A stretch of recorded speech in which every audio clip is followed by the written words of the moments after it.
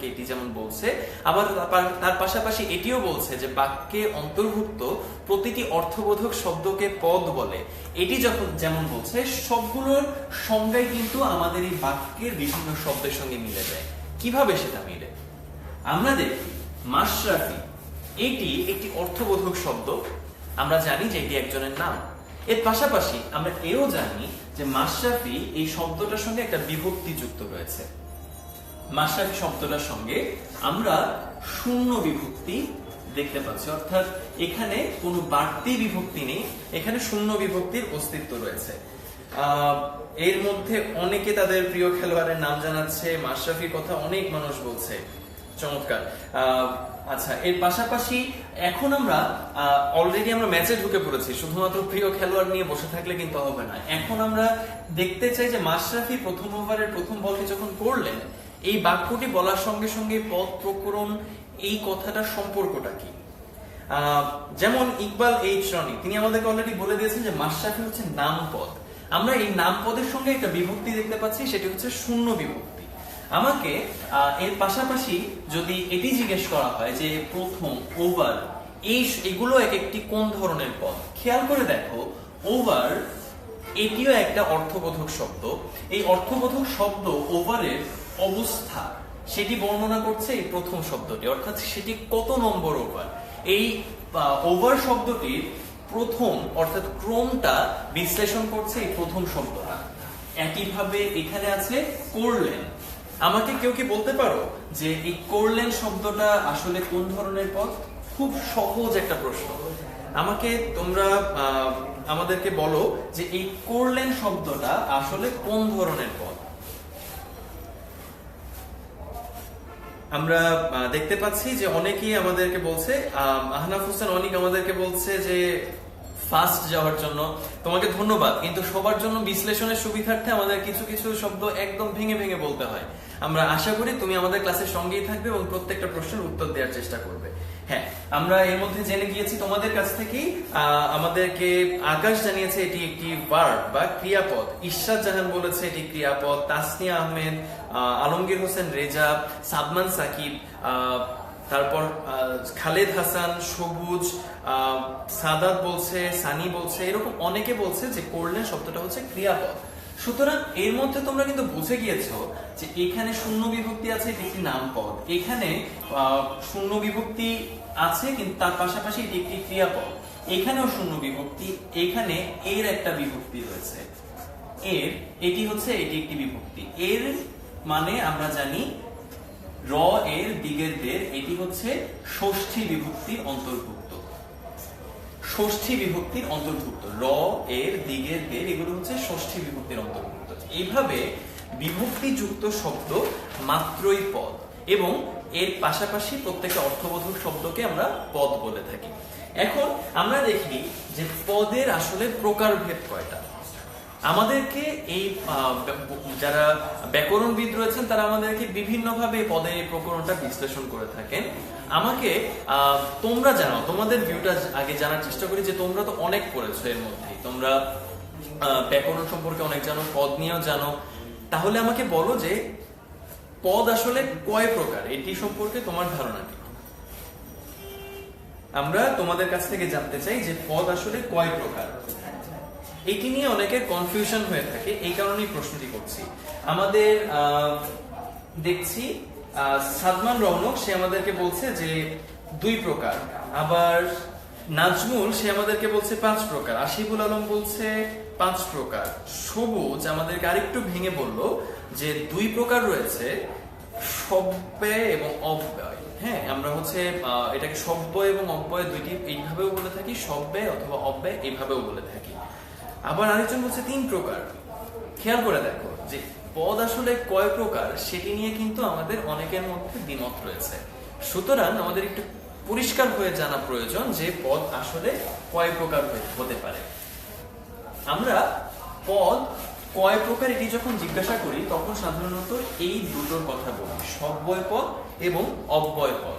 আমরা এই দুটোকে আমাদের প্রকারভেদের মধ্যে অন্তর্ভুক্ত করি, এবং তার পাশাপাশি সব্যয় পদ, আমরা সব্যয় পদকে আরো 4টি ভাগে ভাগ করি। এই চারটি ভাগ হচ্ছে, একটি হচ্ছে বিশেষ্য, অন্যটি বিশেষণ, অন্যটি সর্বনাম এবং তারপরে রয়েছে ক্রিয়া। আমরা এগুলো সবগুলোর নাম কিন্তু জানি, কিন্তু খেয়াল করে রাখা প্রয়োজন যে তোমাকে পরীক্ষার মধ্যে যদি প্রশ্ন করা হয় যে সব্যয় পদ কয় প্রকার, তাহলে একেবারেই কনফিউজড হয়ে যেও না। সব্যয় পদ 4 প্রকার, যেটি আমাদের সামনে এর মধ্যে রয়েছে। আমরা এর মধ্যে তোমাদের কাছ থেকে কিন্তু চমৎকার কিছু ধারণা জানতে পারছি। যেমন ফারদিন আমাদেরকে বলছে যে 5 প্রকার বিশেষ্য, বিশেষণ, সর্বনাম, ক্রিয়া, অব্যয়। এভাবেও বলা যায়। এর পাশাপাশি সব্যয় এবং অব্যয় এই দুটো ভাগে ভাগ করে সব্যয় পদকে 4টি ভাগে ভাগ করা সম্ভব। আমরা এক এক করে তোমাদের অনেকের উত্তর পাচ্ছি। ইরশাদ জাহান বলেছে সব্যয় পদ 4 প্রকার, ইমরান নাজির খান বলছে 4 প্রকার। আমরা এভাবেই তাহলে জেনে গেলাম যদি সব্যয় পদ কয় প্রকার আমাদেরকে জিজ্ঞাসা করা হয়, আমরা খুব সহজেই বলে দিতে পারবো যে এটি আসলে 4 প্রকার। তাহলে আমরা এটি যখন জেনে গেলাম যে সব্যয় পদ 4 প্রকার, প্রথমে সব্যয় পদ নিয়ে আমরা আলোচনা করব। সব্যয় পদের ক্ষেত্রে আমরা বিশেষ্য, বিশেষণ, সর্বনাম এবং ক্রিয়া এই 4টি প্রকারভেদের কথা যখন জানলাম, তখন আমরা একটা দাওয়াত নিয়ে আলোচনা করতে পারি। ধরা যাক আজকে আমরা 10 মিনিট স্কুলের যারা যারা আছি সবাই মিলে একটা জায়গায় ডিনার করতে যাব। কোথায় যেতে পারি? আমরা ঠিক করলাম যে আজকে আমরা আয়মান ভাইয়ের বাসায় যাব। সবাই মিলে আয়মান ভাইয়ের বাসায় বেড়াতে গিয়ে আমরা ডিনার করে আসবো। চাইলে তোমরাও কখনো কখনো আসতে পারো, আয়মান ভাইয়ের বাসায় ডিনার করতে যেতেই পারো। আমরা এই জায়গাটিতে, এই বাক্যটিতে আমরা কিভাবে সব্যয় পদ এবং অব্যয় পদ, এমনকি সব্যয় পদের যে প্রকারভেদ সেগুলোকে খুঁজে বের করতে পারি, সেটি আমরা এক এক করে বের করার চেষ্টা করি। আমরা সব্যয় পদের সংজ্ঞা আমাদের কাছে জানতে চেয়েছে অবিরাম সুস্তি। সব্যয় পদ কাকে বলে? চমৎকার একটা প্রশ্ন, তোমাকে অনেক ধন্যবাদ। আমরা সব্যয় পদ বলতে সাধারণত বুঝে থাকি যার ব্যয় আছে। আমি আরেকটা কালি ইউজ করি, যার ব্যয় আছে। এটি হচ্ছে সব্যয় কথাটির অর্থ। তাহলে সব্যয় কথাটির অর্থ যদি যার ব্যয় আছে হয়, তাহলে এটি মানে কি বোঝায়? মানে হচ্ছে যদি কোনো একটা পদের সঙ্গে বিভক্তি যুক্ত হয়, শূন্য বিভক্তি ছাড়া অন্য কোনো বিভক্তি যুক্ত হয় এবং সেটা শূন্য বিভক্তি ছাড়া অন্য কোনো বিভক্তি হয়, তাহলে সাধারণত আমরা বলে থাকি যে সেটির ব্যয় সাধিত হয়েছে, অর্থাৎ সেটি একটু পরিবর্তিত হয়েছে। এরকম ভাবে যদি ব্যয় হয়, তাহলে আমরা সেই পদগুলোকে বলি সব্যয় পদ। আমরা আশা করি তুমি তোমার প্রশ্নের উত্তর পেয়ে গিয়েছো যে আমাদেরকে প্রশ্নটি করেছিলে। এখন আমরা দেখি আব্দুল হামিদ, সে আমাদেরকে জিজ্ঞাসা করেছে যে উদাহরণ আমরা দেখি, উদাহরণ এখানে দেওয়া যেতে পারে কিনা। আমরা এই জায়গায় উদাহরণ অবশ্যই দিতে পারি। আমরা যদি বিশেষ্য, বিশেষণ, সর্বনাম এবং এর পাশাপাশি ক্রিয়ার কথা চিন্তা করি, 4টি পদের যত উদাহরণ আমাদের সামনে রয়েছে, সেই 4টি পদের সবগুলোকে নিয়েই কিন্তু আমাদের এই সব্যয় পদের উদাহরণ হবে। আমরা সেগুলোর যদি উদাহরণ এক এক করে দিই, তাহলে সব্যয় পদের উদাহরণ তোমরা পেয়ে যাবে। আমরা দেখতে পাচ্ছি যে মিলন মাহমুদ আমাদেরকে প্রশ্ন করেছে যে পরীক্ষায় আসলে কয় প্রকার দিব। চমৎকার একটা প্রশ্ন। পরীক্ষায় সাধারণত তোমাকে পুরোটা বিশ্লেষণ করে দেয়াই ভালো। পরীক্ষায় যদি তোমাকে জিজ্ঞাসা করা হয় পদ কয় প্রকার, তাহলে তুমি প্রথমে বলবে এটি 2 প্রকার, সব্যয় পদ এবং অব্যয় পদ। তারপর সব্যয় পদ যে আবার 4 প্রকার হতে পারে সেটি বলে দিবে। তাহলে তোমার শিক্ষকের যদি জানার থাকে, সেটিও পুরোপুরি পরিষ্কার হয়ে যাবে। এইভাবে আমরা জেনে গেলাম সব্যয় পদের উদাহরণ কি কি হতে পারে, তার পাশাপাশি এটিকে কয় প্রকার আমরা বলতে পারি। আমাকে অবিনাশ সুস্তি আমাকে প্রশ্ন করেছে যে ভাই আপনার নাম কি? আমার নাম নাহিয়ান, আমি নাহিয়ান বিন খালেদ, 10 মিনিট স্কুলের বাংলা ইনস্ট্রাক্টর হিসেবে অনেকদিন ধরে এখানে আছি। আচ্ছা, আমরা এখন দেখি বিশেষ্য পদ। আমাদেরকে যেমন ইকবাল এইচ রনি, তিনি আমাদেরকে বলছেন যে আরো গভীরে যেহেতু আমরা আলোচনা করতে পারি কিনা, আমরা দেখছি এখনই। আজ আমরা আয়মান ভাইয়ের বাসায় যাব। এই জায়গায় বিশেষ্য পদ আসলে কোনটা? এই জায়গায় বিশেষ্য পদ একটাই। এখানে আমরা দেখতে পাচ্ছি যে আয়মান ভাই এখানে হচ্ছে একটা বিশেষ্য পদ। আমরা এই জায়গায় আয়মান ভাইকে কেন এটাকে বিশেষ্য পদ বললাম আমাকে বলো তো। তাহলে বিশেষ্য পদ এমন কি, বিশেষ্য পদের সংজ্ঞাটা কি, যে সংজ্ঞার মাধ্যমে আমরা বলছি যে এই আমাদের এই বাক্যে আয়মান ভাই হচ্ছে একটা বিশেষ্য পদ। আমাকে জানো যে আয়মান ভাই কেন এখানে বিশেষ্য পদ হলো, অর্থাৎ বিশেষ্য পদের সংজ্ঞাটা আমাকে জানাও। আমরা দেখি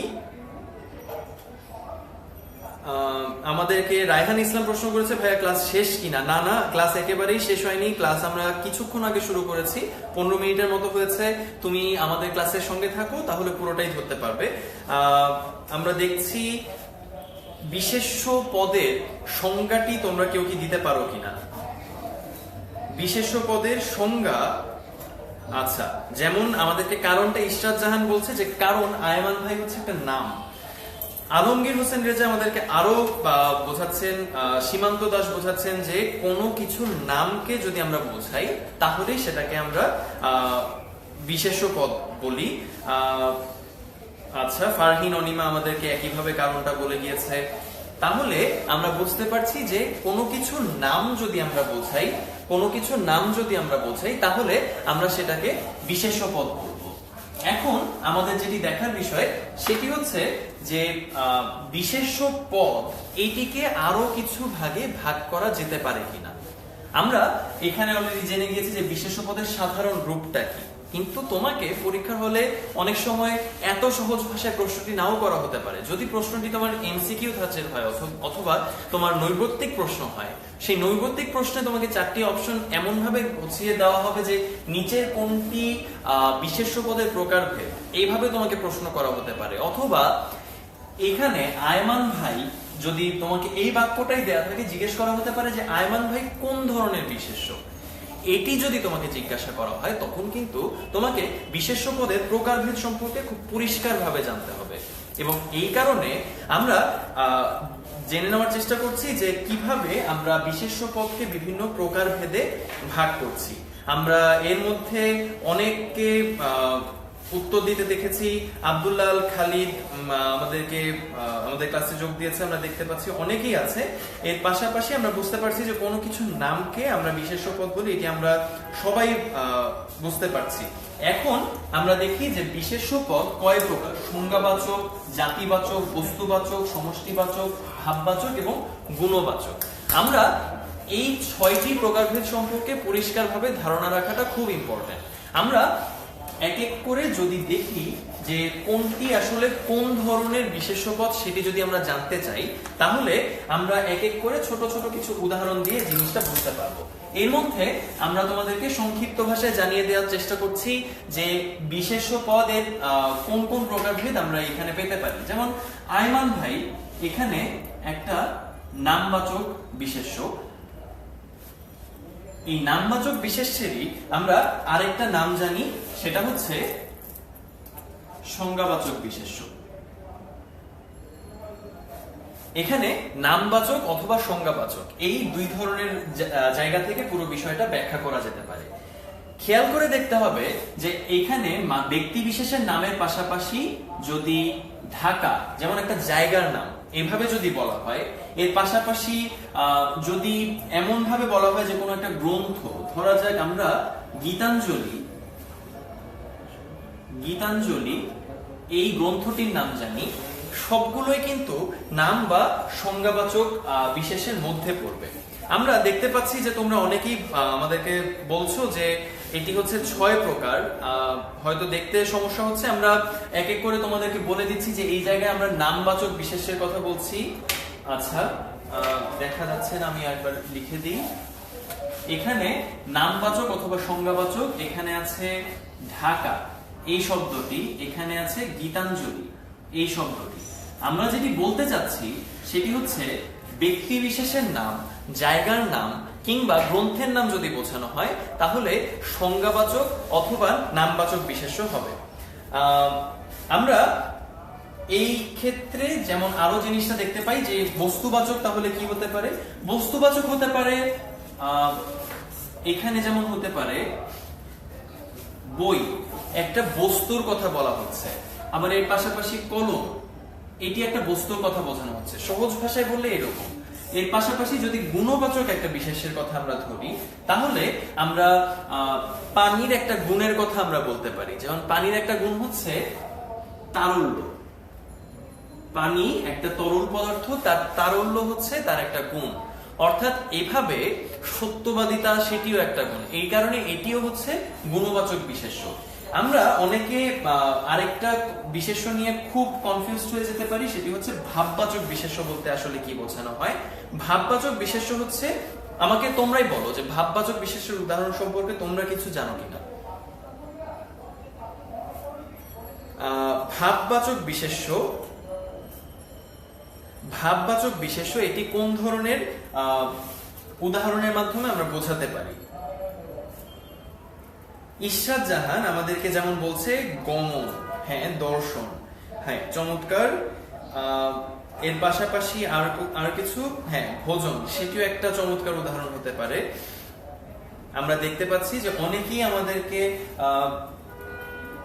হ্যাঁ দর্শন বলছে, হ্যাঁ এরকম। আমরা তোমাদের কাছে লিখে জানাই, আমরা এই জায়গায় লিখছি যে ভোজন, দর্শন, এগুলোর প্রত্যেকটা হচ্ছে এক একটা ভাববাচক বিশেষ্য। এর পাশাপাশি সমষ্টিবাচক বিশেষ্য হতে পারে, ধরা যাক সভা, এটি হচ্ছে একটা সমষ্টিবাচক বিশেষ্য। একইভাবে আমরা জাতিবাচক বিশেষের ক্ষেত্রে যদি ধরি, জাতিবাচক বিশেষ্য হবে যেমন মানুষ একটা জাতি, মানব জাতি যদি আমরা ধরি, মানুষ এটি হচ্ছে একটা জাতি। এর পাশাপাশি গরু, এটা পুরো গরুর যে জাতি সেটাকে বোঝানো হচ্ছে। সুতরাং এইভাবে আমরা বুঝতে পারছি যে পুরো বিষয়টাকে এক একটা প্রকারভেদকে আমরা এক এক ভাবে ব্যাখ্যা করতে পারি। সুতরাং আমরা এই উদাহরণগুলো যখন আমাদের সামনে থাকবে, তোমাকে যদি পরীক্ষায় প্রশ্ন করা হয় যে তারল্য কোন ধরনের বিশেষ্য, তখন তোমাকে অবশ্যই জানিয়ে দিতে হবে যে এটি একটি গুণবাচক বিশেষ্য। আমরা এখন দেখি তোমরা কেউ কোনো প্রশ্ন করেছো কিনা। আমাদেরকে এর মধ্যে জানিয়েছে যে মেজবাউদ্দিন শাহেদ, সে বলেছে দর্শন এটি হচ্ছে আমাদের ভাববাচক বিশেষ্য। তারপর মোহাম্মদ আসাদুল, তিনি আমাদেরকে বলছেন যে আমি কমেন্ট পড়ি না কেন, আমি তো তোমাদের উত্তরগুলোই পড়ছি। আমরা দেখি লেখা পড়া, মানব হচ্ছে এখানে জাতিবাচক বিশেষ্য। যেমন মোহাম্মদ আকিব চৌধুরী, সে আমাদেরকে একটা চমৎকার উদাহরণ সংজ্ঞা বলেছে যে যদি ভাব প্রকাশ করা হয় তাহলে তাকে ভাব বিশেষ্য বলা হয়। আমরা সাধারণত কোনো ক্রিয়ার যদি ভাব বোঝাতে চাই, অর্থাৎ যাওয়ার যে অবস্থা সেটি হচ্ছে গমন, দেখার যে অবস্থা সেটি হচ্ছে দর্শন, এটি যদি আমরা এক এক করে বোঝাতে চাই তাহলে আমরা বুঝবো সে এক একটি হচ্ছে ভাববাচক বিশেষ্য। আমরা যেমন ফারদিন আমাদেরকে বলছে যে আয়মান ভাই পুরোটাই বিশেষ্য হবে নাকি শুধু আয়মান বিশেষ্য হবে। আচ্ছা, কারো নাম যদি বোঝানো হয়, কারো নাম যদি তুমি নির্দেশ করতে চাও, তাহলে সেই ক্ষেত্রে তুমি পুরোটাকেই বিশেষ্য হিসেবে ধরতে পারো, এটিতে কোনো সমস্যা নেই। এর পাশাপাশি আর কেউ আছে কিনা আমরা দেখি। ক্রিয়া বিশেষ্য বলে কোনো কিছু নেই। জাওয়াতুল ইসলাম লাবিব, সে আমাদেরকে প্রশ্ন করেছে। আমরা এখানে দেখতে পাচ্ছি যে অনেকেই এখানে প্রশ্ন করছে। আমরা দেখতে পাচ্ছি গুণবাচক, এটিকে আরেকবার ব্যাখ্যা করার জন্য আমাদেরকে বলা হচ্ছে। আচ্ছা, আমরা গুণবাচক বলতে আমরা বোঝাতে চাচ্ছি যেটি দিয়ে কোনো কিছুর গুণকে বোঝানো হয় তাকে আমরা সাধারণত গুণবাচক বিশেষ্য বলি। আমরা এর মধ্যে রাফিউল ইসলাম রবিন খান আমাদেরকে জিজ্ঞাসা করেছে পদ কি। আমরা এর মধ্যে বলেছি সেটি যে বাক্যের অন্তর্ভুক্ত যে কোনো অর্থবোধক শব্দকে আমরা সাধারণত পদ বলি। আচ্ছা, এর পাশাপাশি আর কোনো প্রশ্ন আছে কিনা আমরা একটু দেখার চেষ্টা করি। মোহাম্মদ আসাদুল যেমন আমাদেরকে প্রশ্ন করেছে যে গরু কিভাবে জাতি হলো। গরু হচ্ছে পুরো একটা জাতকে বোঝানো হচ্ছে, গরুর জাতকে বোঝানো হচ্ছে। একইভাবে যে কোনো প্রাণীর পুরো জাতিকে যদি বোঝানো হয় তাহলে যে নামটি দিয়ে তাকে বোঝানো হবে সেটি হচ্ছে জাতিবাচক বিশেষ্য। এটি তোমাদের সবসময় খেয়াল রাখতে হবে। আচ্ছা, এর মধ্যে আমরা ভাববাচক বিশেষ্যের ব্যাপারে আরো প্রশ্ন পাচ্ছি। ভাববাচক বিশেষ্যটা বুঝেনি সাদমান সাকিব, আমরা তোমাদেরকে বুঝিয়ে দিচ্ছি যে ভাববাচক বিশেষ্য হচ্ছে কোনো ক্রিয়ার অবস্থা যদি তুমি বর্ণনা করতে চাও, দেখার অবস্থা সেটিকে আমরা দর্শন বলি, যাওয়ার অবস্থাকে আমরা বলি গমন। এভাবে তুমি একটা ক্রিয়ার অবস্থা যদি বর্ণনা করতে চাও তাহলে সেটিকে তুমি ভাববাচক বিশেষের মধ্যে অন্তর্ভুক্ত করবে। আচ্ছা, আমরা এখন তোমাদের সামনে বিশেষণ এই পদটিকে উপস্থাপন করব। বিশেষণ পদটি আসলে কি বোঝায় সেটি আমরা অনেকের মধ্যে বুঝে গেছি। আমাকে বরং তোমরা কমেন্টে জানাও যে বিশেষণ পদ কোন কোন পদকে বিশেষায়িত করে বা কোন কোন পদের বা জন্য বিশেষণ পদ ব্যবহার করা হয়। আমাকে তোমরা কমেন্টের মাধ্যমে এটি জানাও। আমাদেরকে এর মধ্যে অনেকে প্রশ্ন করেছে, আমরা দেখি শেখ ফরিদ, সে আমাদেরকে বলেছে যে মধুর মিষ্টত্বের গুণ মধুরতা। হ্যাঁ ঠিক আছে, মধুরতা যদি তুমি বলতে চাও তাহলে সেই ক্ষেত্রেও তোমার এটিকে গুণবাচক বিশেষ্য বলতে হবে। সমষ্টিবাচক বিশেষ্য যদি উদাহরণ আমরা দিতে চাই তাহলে আমরা সাধারণত সভা, মাহফিল এই শব্দগুলোকে উদাহরণ হিসেবে আমরা বুঝে থাকি। আমরা এখানে দেখতে পাচ্ছি তোমাদের অনেকে প্রশ্ন করছে যে যদি বলি গরু ঘাস খাচ্ছে তবে কি গরু জাতিবাচক হবে কিনা। যদি গরুটি ঘাস খাচ্ছে এটি যদি বোঝাও তাহলে একরকম হবে, গরু ঘাস খাচ্ছে বা গরু ঘাস খায় এটি যদি তুমি বোঝাও গরুর পুরো জাতিকে তুমি নির্দেশ করছো, এই কারণে সেটি জাতিবাচক বিশেষ্য হবে। বিশেষ্য পদকে বিশেষায়িত করে এটি একটি কথা আমাদেরকে বলছে। এর পাশাপাশি আরো কোনো পদকে কি এটি বিশেষায়িত করে? বিশেষণ পদের ক্ষেত্রে আমরা যেই রূপগুলো ব্যবহার করি সেগুলো তোমাদেরকে জানিয়ে দিই। আমরা এখানে দেখতে পাচ্ছি যে বিশেষ্য, সর্বনাম এবং ক্রিয়াপদের অবস্থা যদি বর্ণনা করা হয় কোন একটি পদ দিয়ে তাহলে সাধারণত সেটিকে আমরা বিশেষণ পদ বলে থাকি। সেটি এই অবস্থা শুধুমাত্র অবস্থা মানে তার দোষ, গুণ, সংখ্যা, পরিমাণ অনেক কিছুকেই বোঝানো যেতে পারে। তার এই সামগ্রিক অবস্থা বর্ণনা করার জন্য যেই পদটিকে আমরা ব্যবহার করি সেটি হচ্ছে বিশেষণ পদ। এই ক্ষেত্রে খেয়াল করে দেখো, বিশেষ্য পদ, সর্বনাম পদ, ক্রিয়াপদ তিনটি পদকেই কিন্তু আমরা বিশেষায়িত করতে পারি। কাজেই শুধুমাত্র বিশেষ্য পদকেই যে বিশেষায়িত করা হয় ব্যাপারটি এরকম নয়, এর পাশাপাশি আমরা সর্বনাম, ক্রিয়াপদকেও বিশেষায়িত করি। তোমাকে যদি জিজ্ঞাসা করা হয় প্রশ্ন যে কোন কোন পদকে বিশেষণ পদ বিশেষায়িত করে তাহলে অবশ্যই এই উত্তরটি ঠিক মতো দিতে ভুলো না। এর মধ্যে আমরা দেখতে পাচ্ছি অনেকেই আমাদেরকে এর উত্তর দেওয়ার চেষ্টা করেছে। আলমগীর হোসেন রেজা, সে বলেছিল বিশেষ্য, সর্বনাম, ক্রিয়া। হৃদয় সরকার আবার বলেছে, ইংরেজিতে বলেছে নাউন প্রোনাউনকে বিশেষায়িত করে, সর্বনাম, ক্রিয়া ও বিশেষ্যকে বিশেষায়িত করে, এটির কথা বলেছে আকিব চৌধুরী। আরো উত্তর দিয়েছে জাবানা, আতাহার, মেজবাউদ্দিন শাহেদ, আশিকুল আলম, এরকম অনেকেই আমাদেরকে কমেন্ট করেছে। এর মধ্যে আমরা যেটি দেখতে পাচ্ছি যে অনেকেই আমাদের পুরো ধারণাটি বোঝার কথা বলছে যে বিশেষ্য, সর্বনাম এবং ক্রিয়ার কথা আমরা জানি। এখন আমাদের যেটি জানতে হবে সেটি হচ্ছে এই বিশেষণ পদের প্রকারভেদগুলো কি কি। বিশেষণ পদের প্রকারভেদ হচ্ছে নাম বিশেষণ এবং ভাব বিশেষণ। আমরা এই দুই ধরনের বিশেষণ পদের মাধ্যমে আমাদের পুরো বিশেষণ পদের বিশ্লেষণ করে থাকি। আমরা খেয়াল করে দেখব যে নাম বিশেষণ এটি হচ্ছে আমরা সাধারণত বিশেষ্য এবং সর্বনাম, বিশেষ্য এবং সর্বনাম এই দুটো পদের বিশেষণের ক্ষেত্রে আমরা সাধারণত নাম বিশেষণকে ব্যবহার করে থাকি। সুতরাং এটি তোমাদের খুব ভালোভাবে জেনে রাখতে হবে যে বিশেষ্য এবং সর্বনামকে বিশেষায়িত করার জন্য নাম বিশেষণ ব্যবহার করা হয়। এর পাশাপাশি আরেকটি আছে ভাব বিশেষণ, যেটি সাধারণত আমরা বিশেষ্য ও সর্বনাম ভিন্ন অন্য কোনো পদকে বিশেষায়িত করার জন্য ব্যবহার করে থাকি। তাহলে অন্য পদটা কি? আমরা জানি, এর মধ্যে বুঝে গিয়েছি যে আমরা ক্রিয়াপদকেও বিশেষায়িত করি। ক্রিয়াপদকে যদি আমরা বিশেষায়িত করি তখন সেই ক্ষেত্রে আমরা যে বিশেষণটি পাবো সেটি হচ্ছে ভাব বিশেষণ। এখন আমাদের যে জিনিসটি জানতে হবে সেটি হচ্ছে যে নাম বিশেষণকে কি কি উপায়ে আমরা বিশেষায়িত করতে পারি। আমরা সবাই জানি, যেমন নীল, যদি আমরা কোনো একটা বস্তুর রং বলতে চাই, যেমন আকাশ, নীল আকাশ। এখানে আকাশের যে গুণ বা আকাশের যে অবস্থা সেটি প্রকাশিত হয়েছে এই নীল শব্দটির মাধ্যমে।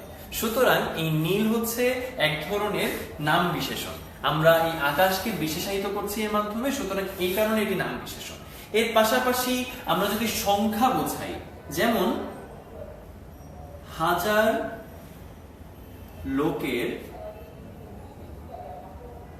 সমাগম, অর্থাৎ কোন একটা জায়গায় হাজার লোক এসে মিলিত হয়েছে, এরকম যদি হয় তাহলে এই হাজার শব্দটির মাধ্যমে আমরা এখানে এক ধরনের অবস্থা বর্ণনার কথা বলতে পারি। সুতরাং এইখানে হাজার হচ্ছে এক ধরনের বিশেষণ পদ। এর পাশাপাশি আমরা যদি এমন করি যে, দেখি আর কেউ কোনো প্রশ্ন করেছে কিনা,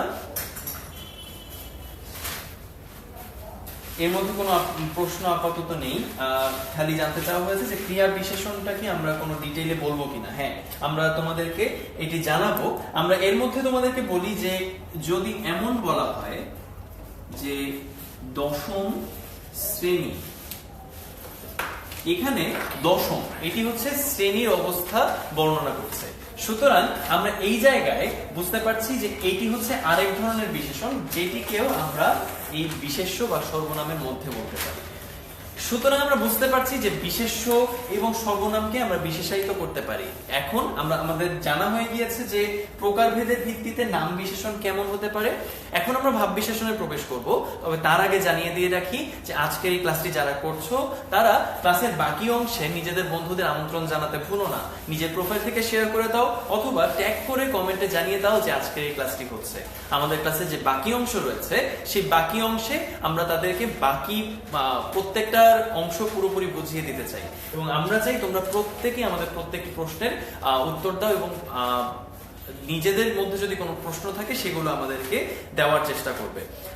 আমরা দেখি বিশেষণের অতিশায়ন কি, সেটি আমাদেরকে হৃদয় সরকার জিজ্ঞাসা করেছে। আমরা দেখি ভাব বিশেষণ আর ক্রিয়া বিশেষণ কি একই জিনিস কিনা। হ্যাঁ, ভাব বিশেষণ আর ক্রিয়া বিশেষণ অনেকটা একই জিনিস। খালি খেয়াল করার বিষয় হচ্ছে এই যে আমরা ভাব বিশেষণের সংজ্ঞায় বলে থাকি যে বিশেষ্য এবং সর্বনাম ব্যতীত অন্য যে কোনো পদের বিশেষণকে আমরা ভাব বিশেষণের মধ্যে ফেলি। সাধারণত আমরা বিশেষ্য এবং সর্বনাম বাদ দিয়ে শুধুমাত্র ক্রিয়ারই বিশেষণ নিয়ে আলোচনা করে থাকি এবং এই কারণে এই ক্রিয়ার বিশেষণটি আমরা মূলত ভাব বিশেষণ হিসেবে ইন্ডিকেট করে থাকি। এবং এই ক্ষেত্রে তোমাদের যে জিনিসটি জানা প্রয়োজন সেটি হচ্ছে যে ভাব বিশেষণের অন্যান্য কোনো প্রকারভেদ আছে কিনা, ক্রিয়া বিশেষণ বাদ দিয়েও সেটি হতে পারে কিনা আমরা এটি দেখার চেষ্টা করি। আমাদের সামনে যারা জানতে চাইছো তাদের জন্য এটি যে ক্রিয়া বিশেষণ হচ্ছে ভাব বিশেষণের একটি পর্যায়। এর পাশাপাশি বিশেষণের বিশেষণ হতে পারে, অব্যয়ের বিশেষণ হতে পারে। আমরা এক এক করে লিখি। অব্যয়ের বিশেষণ, অব্যয়ের বিশেষণ হতে পারে। এর পাশাপাশি আমরা বিশেষণের বিশেষণ দেখতে পাই অনেক সময়, বিশেষণের বিশেষণ এরকম যদি হয়। এবং এর পাশাপাশি আমরা অনেক সময় পুরো বাক্যের বিশেষণও দেখতে পাই, এটিকেও আমরা ভাব বিশেষণের অন্তর্ভুক্ত করি। খেয়াল করে বিষয় হচ্ছে এটি যে ক্রিয়া বিশেষণ আমরা বেশি ব্যবহার করে দেখে আমরা এটিকে ভাব বিশেষণের মধ্যে ব্যাপকভাবে আলোচনা করি। এর পাশাপাশি অব্যয়ের বিশেষণ হয়, বিশেষণের বিশেষণ হয়, বাক্যেরও বিশেষণ হয়। সুতরাং প্রত্যেকটি ক্ষেত্রেই আমাদের এই বিশেষণের প্রয়োগ রয়েছে। আমরা ভাব আর ক্রিয়া এক কিভাবে সেটি আমাদেরকে সৈকত ইসলাম ইব্রাহিম বলছে। আমরা বারবার বলার চেষ্টা করছি যে ভাব বিশেষণের একটা বড় অংশ জুড়ে ক্রিয়া বিশেষণ রয়েছে, এই কারণে আমরা ভাব বিশেষণের একটা বড় অংশ জুড়ে এটি আলোচনা করে থাকি। আমরা দেখি এর মধ্যে আমাদেরকে জিজ্ঞাসা করেছেন একজন আশিফুল আলম, নেক্সট ক্লাস কোন টাইমে হবে? আমরা 9:30টায় আমাদের পরবর্তী ক্লাসটা শুরু করব। আমরা দেখি ক্রিয়া বিশেষণের রূপ কোনটি হতে পারে। যেমন ধীরে চলা, ধীরে চলা এটি হচ্ছে ক্রিয়ার একটা বিশেষণ। এখানে দেখো চলা হচ্ছে একটা ক্রিয়াপদ এবং এই ধীরে এটি একটা অবস্থা বর্ণনা করছে। সুতরাং ধীরে চলা এটি হচ্ছে ক্রিয়ার এক ধরনের বিশেষণ হিসেবে আমরা এখানে ব্যবহার করছি।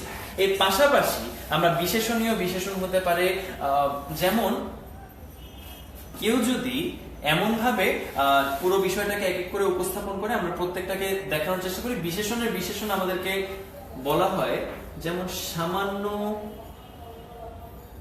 একটু পথ, সামান্য একটু পথ। আমরা এখানে দেখতে পাচ্ছি যে একটু, এটি অলরেডি পথকে বিশেষায়িত করেছে, তারপরেও এটিকেও আবার বিশেষায়িত করেছে সামান্য শব্দটি।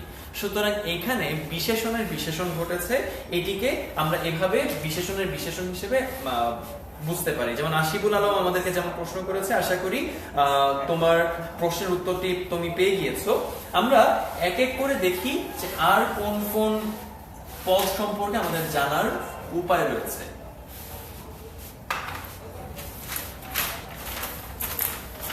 আমরা বিশেষণের অতিশায়ন নিয়েও আলোচনা করতে পারি। বিশেষণের অতিশায়ন, এটি আমরা কিভাবে ব্যাখ্যা করতে পারি? বিশেষণের অতিশায়ন বলতেই বা কি বোঝায়? সাধারণত আমরা যদি কোনো দুটো পদের মধ্যে তুলনা বোঝাতে চাই, তাহলে যে শব্দগুলো আমরা ব্যবহার করে থাকি সেই শব্দগুলো আমরা বিশেষণের অতিশায়নের মধ্যে অন্তর্ভুক্ত করি। যেমন হতে থেকে চেয়ে, এই পদ ব্যবহার করে আমার থেকে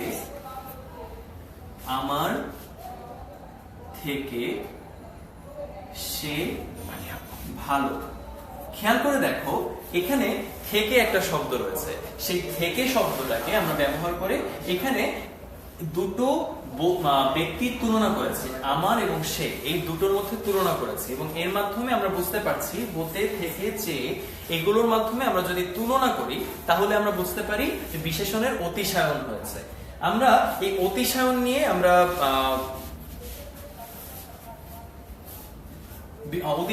বিভিন্ন ধরনের প্রশ্ন আমরা তোমাদের কাছ থেকে পেয়েছিলাম। আমরা আশা করি তোমরা পুরো বিষয়টা জানতে পেরেছো।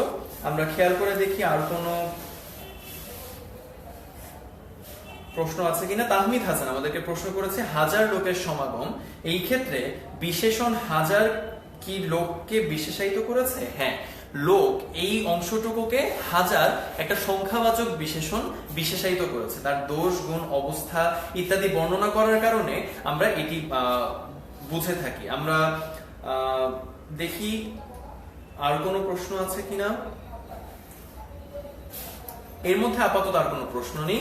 আমরা এর মধ্যে বুঝতে পারছি যে সবচাইতে, সর্বাপেক্ষা, এইভাবে যদি আমরা ব্যাখ্যা করি তাহলে আমরা এই উদাহরণটি দেখি, সবচাইতে ভালো ফোন। হয়তো তোমার ডিভাইসটি অনেক ভালো এবং তুমি যদি ব্যাখ্যা করতে চাও সেটি সবচাইতে ভালো, এটি যদি তুমি ব্যাখ্যা করতে চাও তাহলে সবচাইতে এটি তোমাকে তোমার বিশেষণের অতিশায়নের মাধ্যমে তুমি প্রকাশ করতে পারো। এবং এর পাশাপাশি অনেক, অধিক, এগুলোর সঙ্গেও অনেক ভালো, অধিক ভালো, দুইয়ের মধ্যে তুলনা করার জন্য আমরা অনেক সময় অনেক, অধিক এগুলোকে ব্যবহার করে থাকি। বিশেষণের অতিশায়নের জন্য কোন কোন শব্দ ব্যবহার করা হয়ে থাকে সেগুলোর ক্ষেত্রে আমরা এই উদাহরণগুলো মনে রাখবো। আমরা বুঝতে পারবো যে এখানে বিশেষণের অতিশায়ন ব্যবহার করা হয়েছে।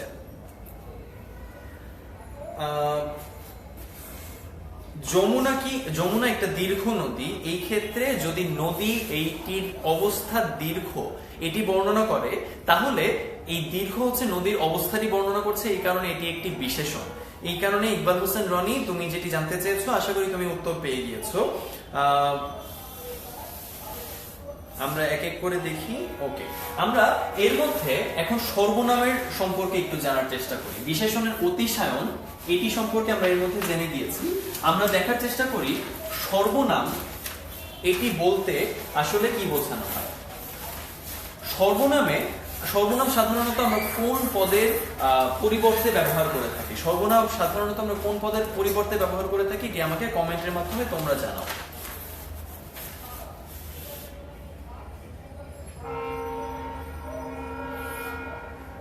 যমুনা একটা দীর্ঘ নদী, এটির কথা আমরা বলেছি ইকবাল হোসেন।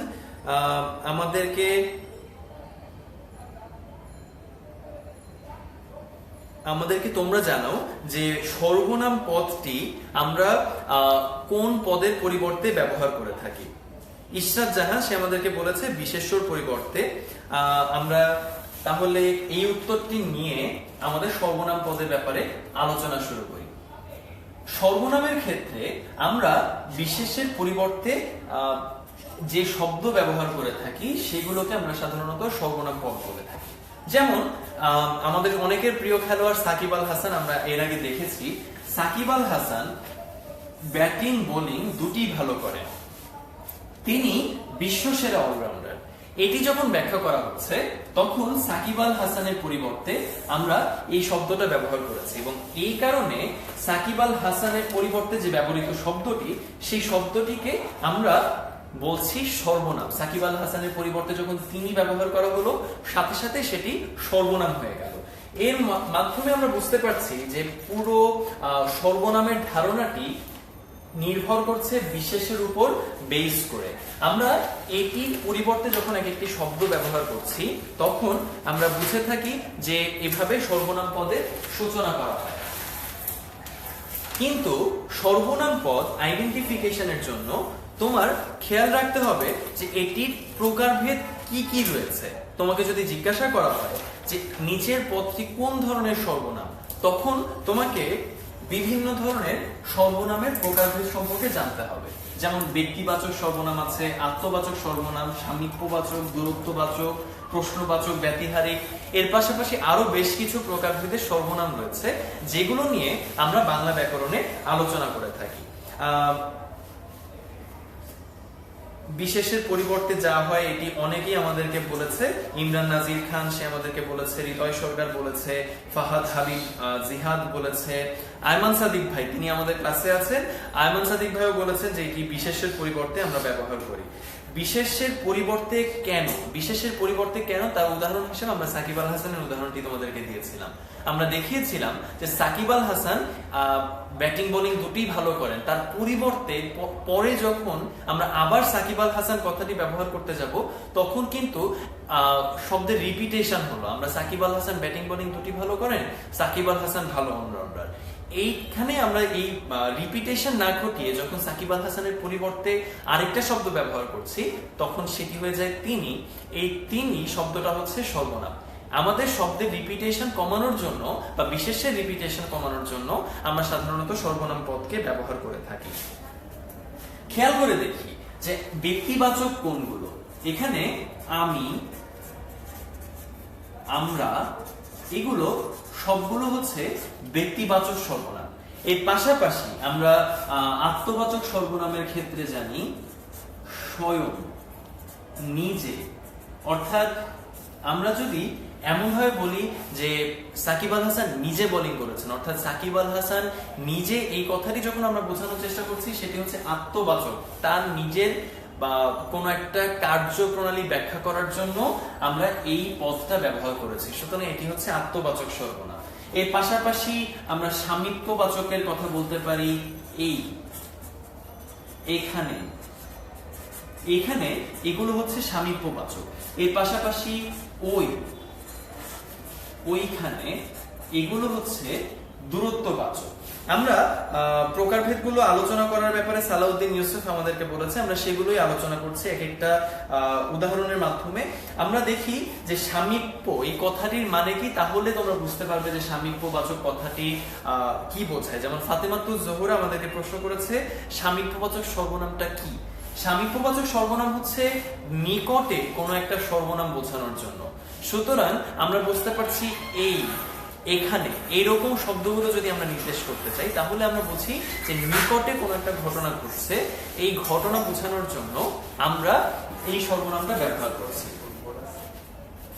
তিনি, এই কথাটি যখন আমরা ব্যবহার করছি সেটি সাধারণত আমরা ব্যক্তিবাচকের ক্ষেত্রে ব্যবহার করে থাকি। আমি, আমরা, তিনি, তোমরা বা তুমি, এই কথাগুলো আমরা ব্যক্তিবাচক সর্বনাম হিসেবে ব্যবহার করে থাকি। যেমন সৈকত ইব্রাহিম আমাদেরকে এই প্রশ্নটি করেছে যে তিনি কি আত্মবাচক কিনা। না, তিনি হচ্ছে একটা ব্যক্তিবাচক। আমরা মোহাম্মদ আকিব চৌধুরীর কাছে অলরেডি জেনে গিয়েছি যে কি কি উদাহরণ হতে পারে। তোমরা তার কমেন্টই দেখতে পারো। আমি, তুমি, সে, স্বয়ং, নিজে, এই। দূরত্বের ক্ষেত্রে ওই। প্রশ্ন, প্রশ্নবাচক হচ্ছে কে, কি। তোমাকে অনেক ধন্যবাদ আমাদের উত্তর দেওয়ার জন্য। আমরা দেখি যে ব্যতিহারিক, এটি যদি আমরা বোঝাতে চাই তাহলে কি হবে।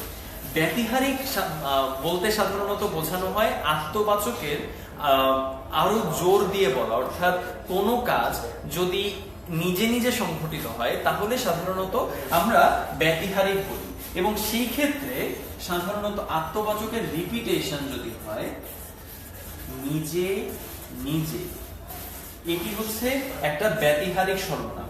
এর পাশাপাশি পরস্পর, এটি যেমন একটা জানার মতো বিষয় যে এটিকেও আমরা ব্যতিহারিক সর্বনামের মধ্যে অন্তর্ভুক্ত করি।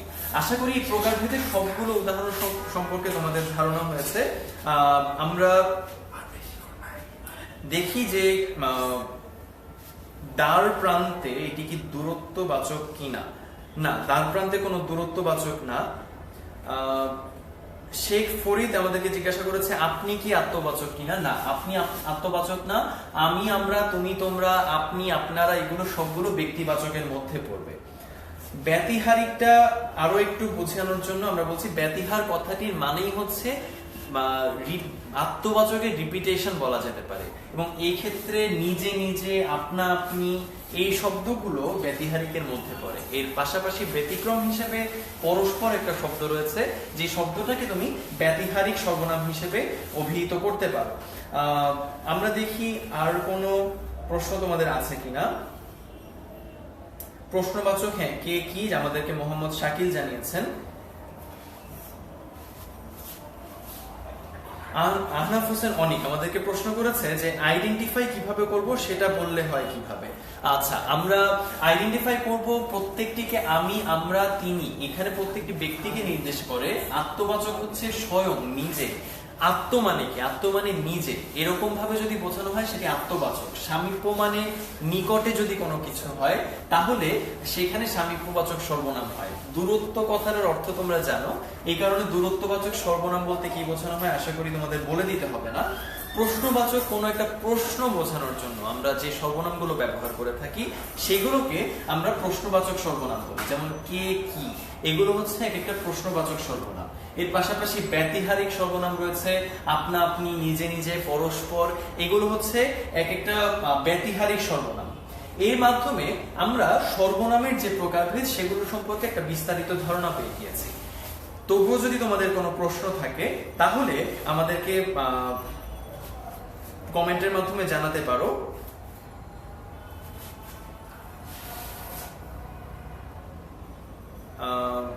আমরা দেখি ইকবাল এইচ রনি আমাদেরকে বলেছে যে আপোষে, এটি কোন ধরনের শব্দ। এটি আমরা আগেই বলেছি যে যদি নিজে নিজে বোঝানো হয় তাহলে ব্যতিহারিক সর্বনামের মধ্যে সেটি বোঝানো হয়, নিজে নিজে আপোষ করা হয়। হ্যাঁ, আমরা মাসুম পারভেজের কাছ থেকে জানতে পেরেছি যে প্রশ্ন করলে আমরা প্রশ্নবাচক সর্বনাম জানতে পারি। সুতরাং সর্বনামের যে বিভিন্ন প্রকারভেদ রয়েছে সেটি আমরা জানলাম।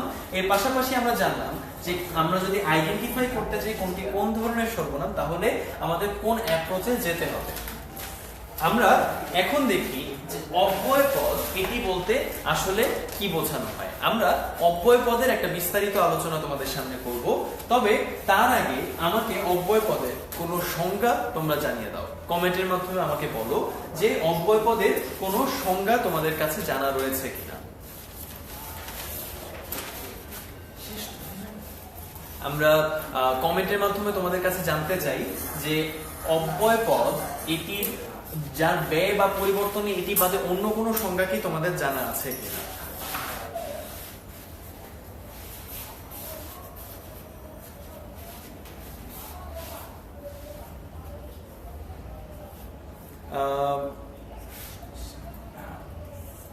আমরা দেখি অব্যয় পদের সংজ্ঞা। সাদমান সাদিক আমাদেরকে বলেছে অব্যয় পদের কোনো সংজ্ঞা জানানোর জন্য, যে পদের কোনো পরিবর্তন হয় না তাকে আমরা অব্যয় পদ বলি। চমৎকার, যার কোনো ব্যয় বা পরিবর্তন নেই, এটি আমরা বলার চেষ্টা করছিলাম। আমরা যেটি ইশরাত জাহানের কাছ থেকে জানতে পেরেছি, এর পাশাপাশি সাজু আমাদেরকে জানিয়েছে, আমরা এর মাধ্যমে ফারদিনের কাছ থেকে জেনেছি বিভক্তিহীন পদ সেটি হচ্ছে যার কোনো ব্যয় নেই, সেটি হচ্ছে অব্যয় পদ।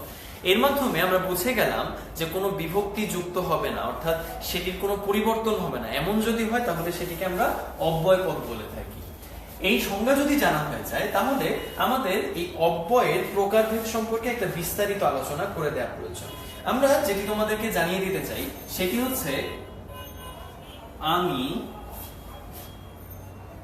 আর, রাকিব কালকে খেলা দেখব।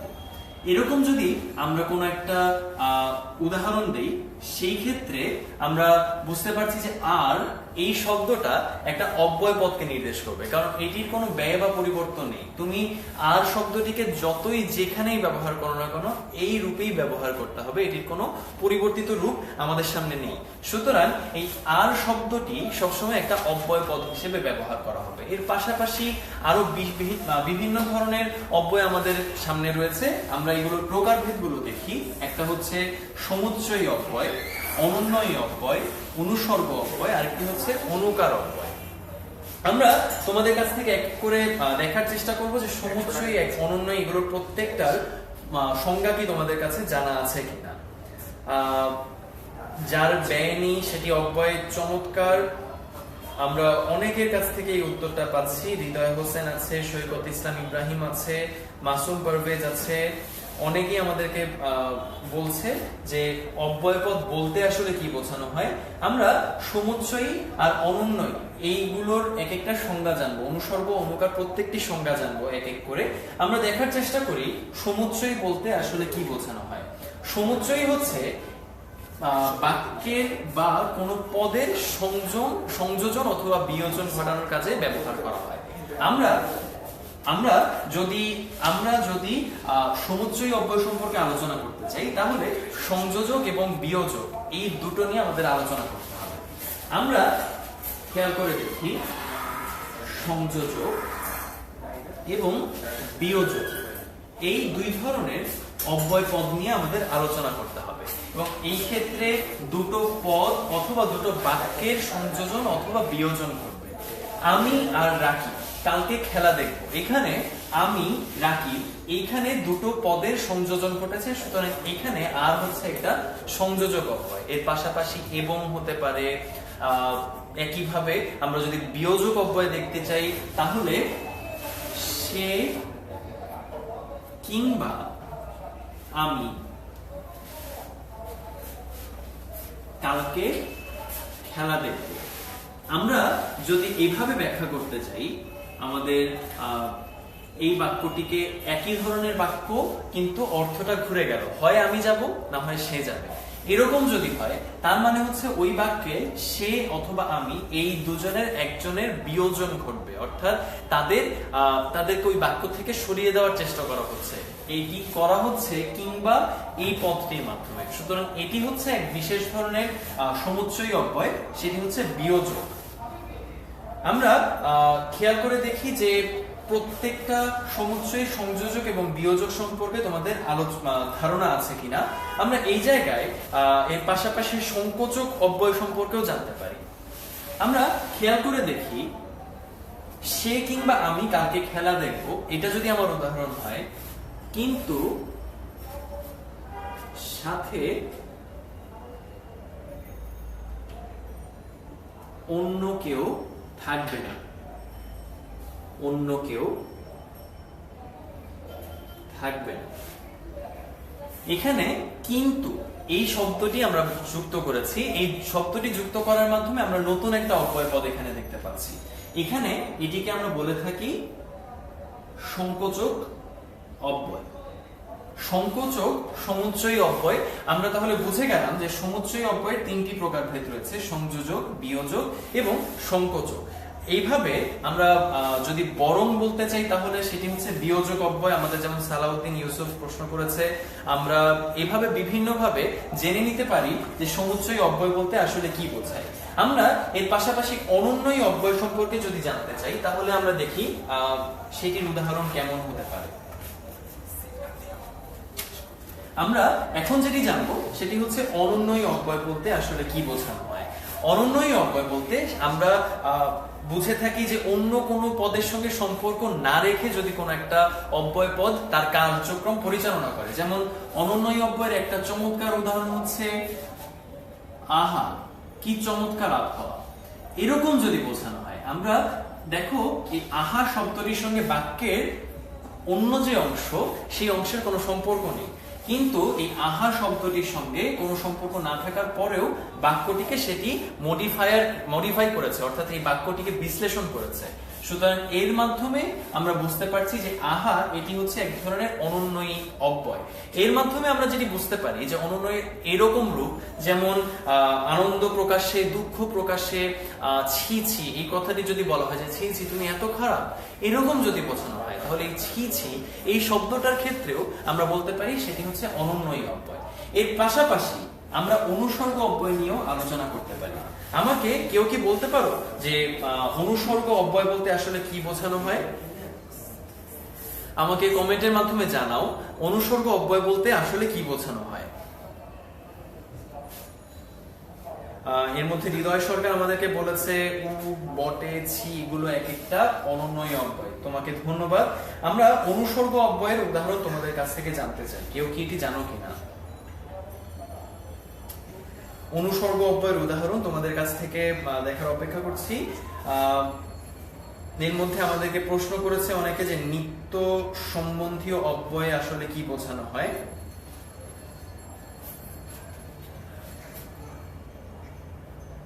অনুকার অব্যয় হলো শব্দের অনুকরণে যে শব্দ ব্যবহৃত হয়। আচ্ছা, ঠিক আছে। আমরা এর মধ্যে দেখি যে অনুসর্গ অব্যয় আসলে কি হয়। অনুসর্গ অব্যয় সাধারণত দ্বারা, দিয়ে অথবা দিয়া এবং কর্তৃক, এই তিনটি দিয়ে সাধারণত আমরা অনুসর্গ অব্যয়কে বুঝিয়ে থাকি। এবং এর মাধ্যমে আমরা যেটি দেখানোর চেষ্টা করি সেটি হচ্ছে অনুসর্গ অব্যয়ের প্রত্যেকটিকে আমরা এই দ্বারা, দিয়ে, কর্তৃকের মাধ্যমে ব্যাখ্যা করতে পারি। যেমন তাকে দিয়ে এই কাজটি হবে না, আমরা যদি ব্যাখ্যা করতে চাই যে তাকে দিয়ে, তাকে দিয়ে এই কাজ হবে না, এমন যদি আমরা দেখাই, তাহলে এই দিয়ে এই অংশটা হচ্ছে অনুসর্গ অব্যয়। এর পাশাপাশি আমরা দেখি যে অন্য কেউ আমাদেরকে উত্তর দিতে পেরেছে কিনা। শেখ ফরিদ যেমন বলেছে ওকে দিয়ে এই কাজ হবে না, চমৎকার। দ্বারা, দিয়ে, কর্তৃক যেমন মেজবাউদ্দিন শাহেদ আমাদেরকে বলেছে। আচ্ছা, এখন আমরা দেখি অনুকার অব্যয়। এটি কেমন? অনুকার অব্যয় হচ্ছে যে তুমি যদি কোনো একটা ভঙ্গিকে প্রকাশ করতে পারো। ভঙ্গি যেমন কোনো একটা যেমন বৃষ্টির ঝুমঝুম শব্দ হতে পারে, অথবা এর পাশাপাশি বজ্রের ধ্বনি, আমরা বলতে পারি যে কর কর বজ্রপাত হচ্ছে, এরকম যদি বলা হয়। যেমন আমরা এখানে লেখার চেষ্টা করি কর কর বজ্রপাত, এরকম যদি বলি, এখানে দেখো কোনো অর্থ নেই, অথচ আমরা এই শব্দটিকে ব্যাখ্যা করার চেষ্টা করছি। আমরা এই শব্দটিকে ব্যাখ্যা করছি কর কর শব্দটি দিয়ে।